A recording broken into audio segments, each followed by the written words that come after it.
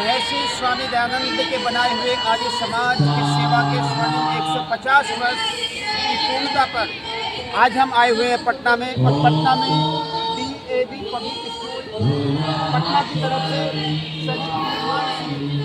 और करो योग रहो निरोग का ये कार्यक्रम आयोजित किया जा रहा है, जिसमें पिछले 2 दिनों से शिरकत कर रहे हैं। सुबह प्रतिदिन 5 बजे से लेकर के 7 बजे तक योग का कार्यक्रम, और उसके बाद लगभग इस DAV में हम जहां खड़े हुए हैं लगभग 6000 विद्यार्थी हैं और लगभग DAV की 100 संस्थाएं पूरे बिहार प्रांत में आती हैं। वस्तुतः पूरे भारतवर्ष में लगभग 1000 DAV हैं। दयानंद एंग्लो वैदिक, जिसको महात्मा हंसराज जी ने स्थापित किया था। आइए DAV का बिहार प्रांत का एक ये वार्षिक आर्य समाज के 150वें स्थापना दिवस पर हो रहा है। बच्चे लगभग 40 यज्ञ कुंडों का एक साथ यज्ञ कर रहे हैं।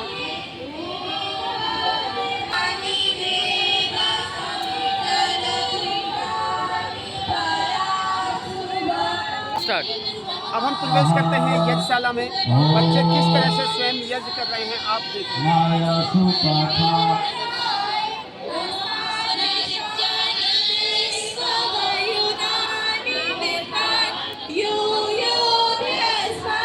एक ग्रुप बना हुआ है, कृष्ण ग्रुप है।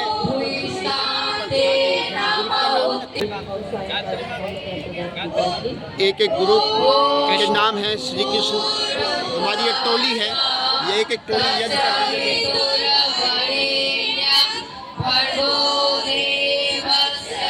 हमारे शास्त्री मनोशास्त्री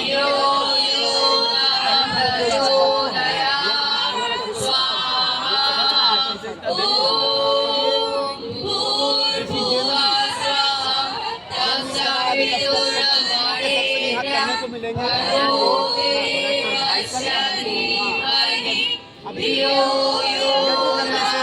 करने से विभिन्न प्रकार की बीमारियां ठीक होती हैं और बच्चे हमारा इस आधुनिक युग जब चारों तरफ मॉडर्निटी और एक तरह से बच्चों के अंदर नकारात्मक और बुराइयां फैल रही है, बच्चे अपनी इसी परंपराओं से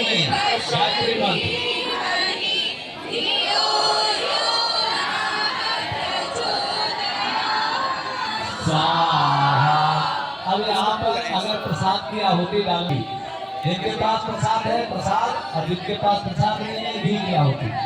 ओम ये खगड़िया DAV से बच्चे हैं।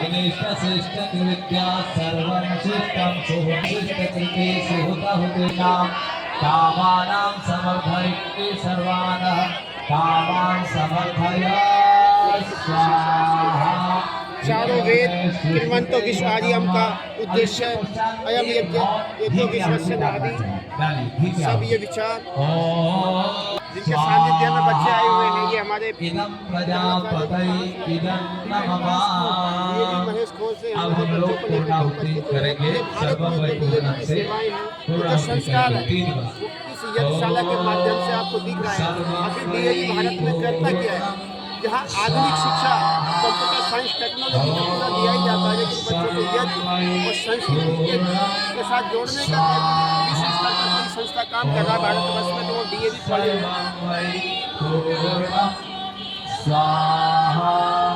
हमारे जिस चारों वेदों को लेकर के बैठे हुए हैं। चारों वेदों में जो आधुनिक और जिनके अंदर ज्ञान विज्ञान, वेद कोई अंधविश्वास का ग्रंथ नहीं है, बल्कि वेद के अंदर योग है, आयुर्वेद है और मानव को खुशी और प्रसन्न रहने के लिए सब कुछ वेद के अंदर मिलता है। वेद कोई जादू टोनों की ढोंग पाखंड की पुस्तक नहीं है। बच्चों को वेदों के बारे में आज भारतवर्ष में ऐसी आधुनिक शिक्षा, वैकल्पिक शिक्षा पद्धति कहा गया, उसमें वेदों के अंदर जादू टोने बताया गया। लेकिन महर्षि स्वामी दयानंद सरस्वती ने आकर के वेद को विज्ञान की पुस्तक किया। वेद ज्ञान है, विज्ञान है, आत्म विकास का मूल केंद्र वेद है। ऋग्वेद विश्व की सबसे प्राचीन पुस्तक है। आपने मंत्रों का पाठ करके इस यज्ञ को किया है। कल भी मैंने बताया था और आनंद पुरुषार्थी जी ने भी आपको मन से बताया था। सामग्री कितने प्रकार की होती है, कस के बोलना, कितने प्रकार की, कितने प्रकार की सामग्री, कितने प्रकार की। पहला सामग्री किस तरह की होनी चाहिए? चलो सुगंधित बोल दिया। दूसरा रोगनाशक बोल दिया। तीसरा पुष्टिवर्धक बोल दिया। चौथा मिष्ट मतलब मीठा। तो 4 चीज हवन सामग्री में मिला करके डालना चाहिए। आपके पास कोई सामान नहीं हो तो क्या करना है? घर में गुड़ है, गुड़ ले लो, तिल ले लो, जौ ले लो, ड्राई फ्रूट्स ले लो, ठीक है, इन सबको मिश्रण कर दो। और लौंग ले लो, इलायची ले लो, ठीक है, जायफल ले लो, जावित्री ले लो। अपने घर में जो वो चीज है जो मसाला में है, लेकिन जब वो तेल के साथ फ्राई होता है ना तो औषधि जो है ना वो बीमारी का कारण बन जाता है। तो वो सारी चीजों को आप लेकर के कूट पीट करके सामग्री बना सकते हो और यज्ञ में उससे आहुति लगा सकते हो, डाल सकते हो। तो ये 4 प्रकार की सामग्रियों को यज्ञ में डालना चाहिए। लोग कहते हैं कि यज्ञ से फायदा नहीं होता। कल आनंदपुर शारदा जी बता रहे थे मिर्च अगर डाले तो फिर देखो उसका कर। तो मैं आपसे कह रहा था कि ये 4 प्रकार की सामग्री आप यज्ञ में डालिए। समिधा जो है, समिधा वो किस किस चीज की होनी चाहिए? आम की, पीपल की, गुल्लर की, ठीक है ना।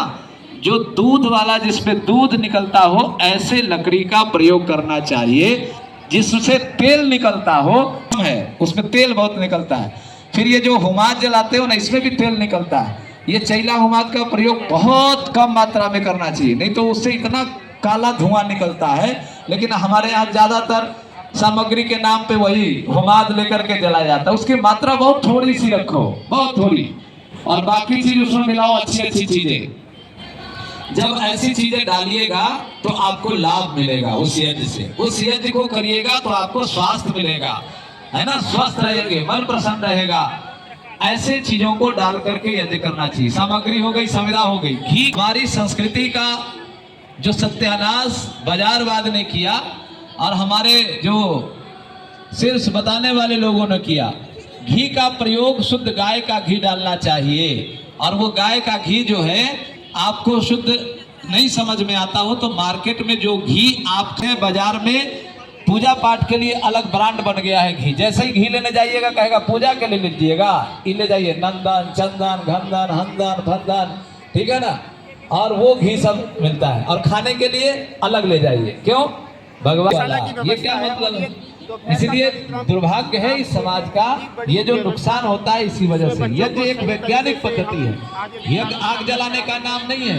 कई लोग आग जला करके बैठ जाने को यज्ञ समझते हैं। वेद और आर्य समाज को लेकर पूरे प्रोसेस है, पूरे वैज्ञानिक तरीके से यज्ञ को किया जाता है। समिधा का प्रयोग कितना हो, सामग्री का प्रयोग कितना हो, घी का प्रयोग कितना हो, कैसे सामग्री को शुद्ध तरीके से करते हैं। तो आप जब ऐसा यज्ञ करेंगे तो आपको भी लाभ मिलेगा, वातावरण को भी लाभ पहुंचेगा। और अगर इससे अलग करेंगे तो फिर आपको भी नुकसान होगा। भविष्य में भारत को विश्व गुरु बनाने के लिए अपनी विशेष भूमिका निभा सके। इन्हीं शुभकामनाओं के साथ किरणवंतो विश्व यही शुभकामनाएं आपको कि आप विद्यालय में जाएं, ऐसे ही यज्ञ प्रतिदिन करें।